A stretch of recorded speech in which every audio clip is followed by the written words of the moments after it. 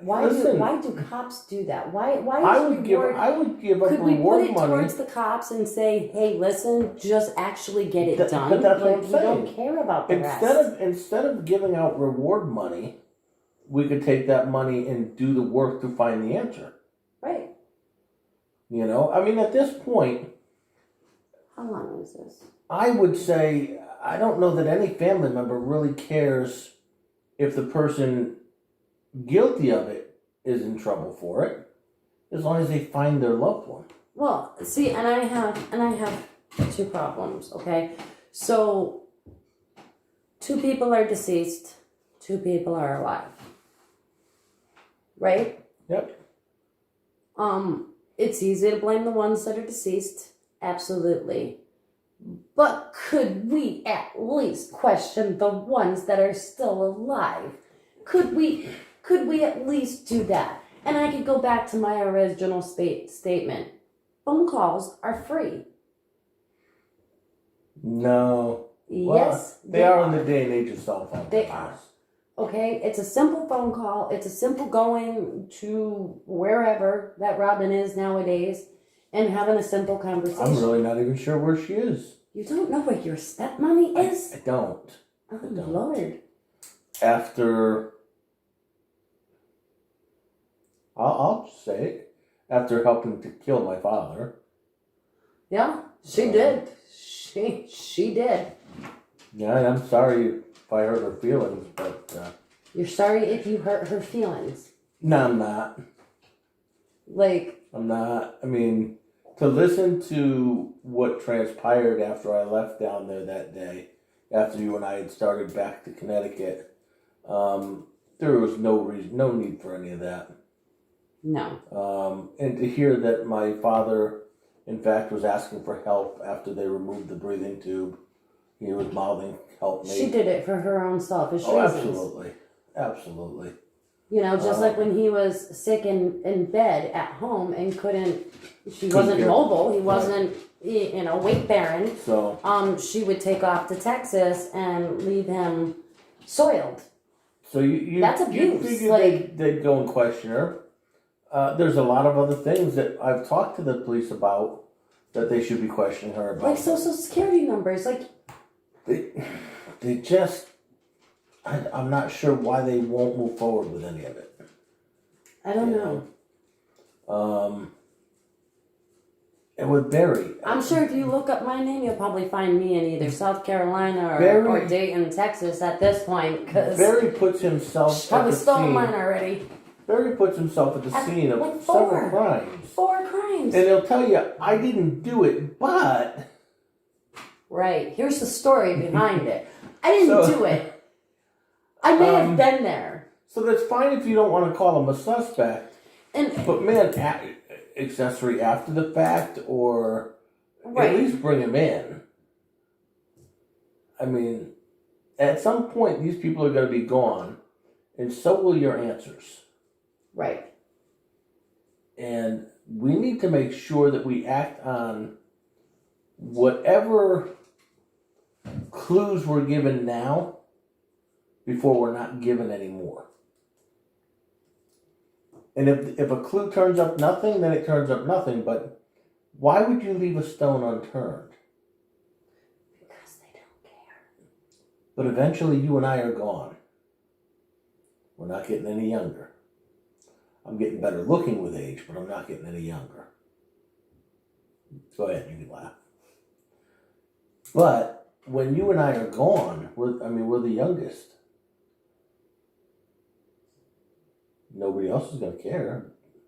Once the youngest are gone, our kids aren't going to move forward with any of it.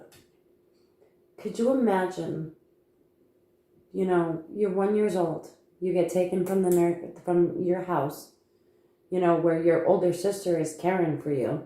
Claudette was basically Reenie's mother. You get taken and you're put into this orphanage and you're raised by these nuns. And come, 12 years old, you're told, you can go home. You can go home. Go ahead. You come into this household, you don't know anybody. You don't really know these people. You got to visit them once or twice, or but you don't know them. You're all crammed into this small house. Nathan is raping everybody and doing whatever he pleases at that time, and one day you just end up gone. And now I know everybody says that nobody really looked for her, but Aunt Claudette, she did try. She put out the newspaper article. Aunt Kathy says she tried to go down to the police station, but she didn't have a driver's license at that time, and they weren't interested. Well, and but just imagine, Mo, like, I know if I didn't talk to you for a couple of days, I'd be like, listen, something happened. I'm out. Like, you got to go, you know what I mean? I'm going to go look for him. Yeah, there's going to be a well-being check. There's going to be something. Aunt Claudette did that. She did that for years. But in the same aspect, like, if I was to say that's it today, nobody cares. She existed and nobody... What strikes me as odd, though, is we can't get a straight answer out of anybody. No. Nobody knows when. Nobody knows how. But it was so chaotic back then. Like, how could you, like, how could you tell? How could you... Everything was, everybody was going in different directions. There wasn't a connection. Meme didn't do anything for herself. Okay? Mm-hmm. Meme... Boy... This won't get me in trouble. Meme and Robin are a lot alike. Growing up, Robin would sit almost this far away from the kitchen stove, and yet one of us would have to get up to make her a cup of coffee. Yeah.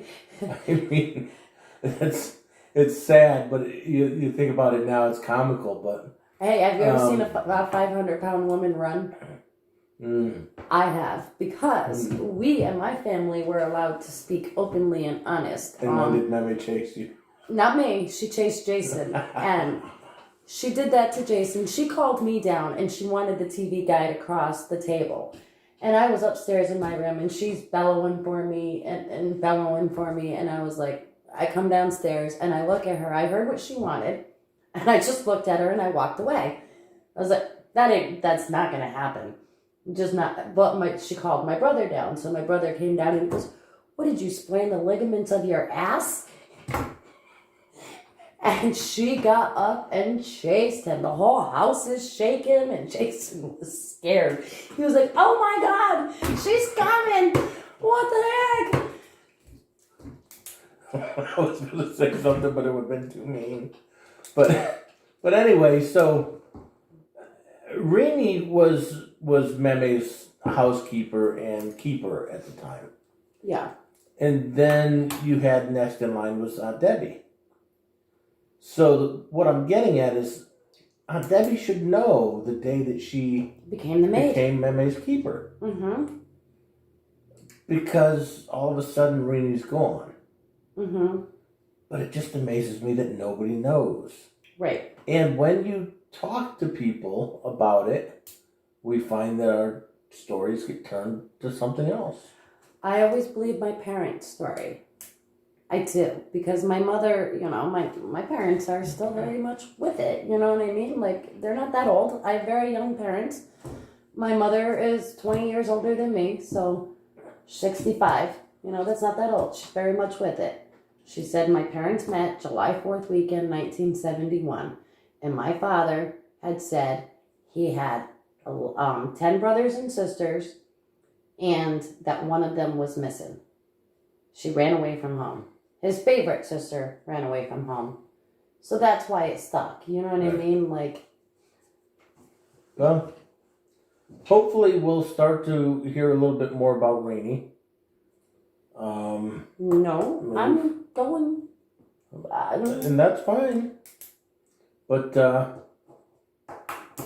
we just wanted to get out there a message that, my dad has a voice, Renee has a voice, and I know a lot of people are sending me questions and stuff. If you have any questions, we'll be more than glad to come back and answer them. I understand it's confusing. We have two aunts, well, one mother, one, aunt that these stories are about So I get it. Everything Yeah. mixed up. So many people involved. So many different names. But we just want to make sure that everybody has the right information. That's an important thing. Especially when the cops don't have the right information. After all this time, the cops, the police, the state police, the task force does not have the right information. Well, How? I'm not sure. They don't believe, and like these cases are connected, they don't believe that. Well, I mean, I don't know that they're connected or not. Certainly the way the podcasts are trying to put them together, I wouldn't be putting them together. There's so many things that are trying to be pulled together. Like, I said in one of them that my father owned a couple of station wagons.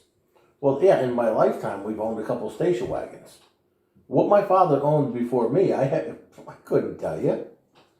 But the station wagon that your dad was referring to, the Ghostbuster Mobile, my dad owned. Right. But he owned that in the 80s. Right. I mean, I vividly remember we lived out in Ashford, and he never drove around in it. It was, we never got, it was something we were going to put together. But we never got to it. It sat under the oak trees in the top of the driveway. We gotta turn that off. It's gonna be like an hour. I don't know if it'll download. Okay. Sorry. We'll finish it up. That twice. Sorry. So, hold on. anyway, Yeah. we just want to make sure that you guys have the right information. All right? Good. That's it.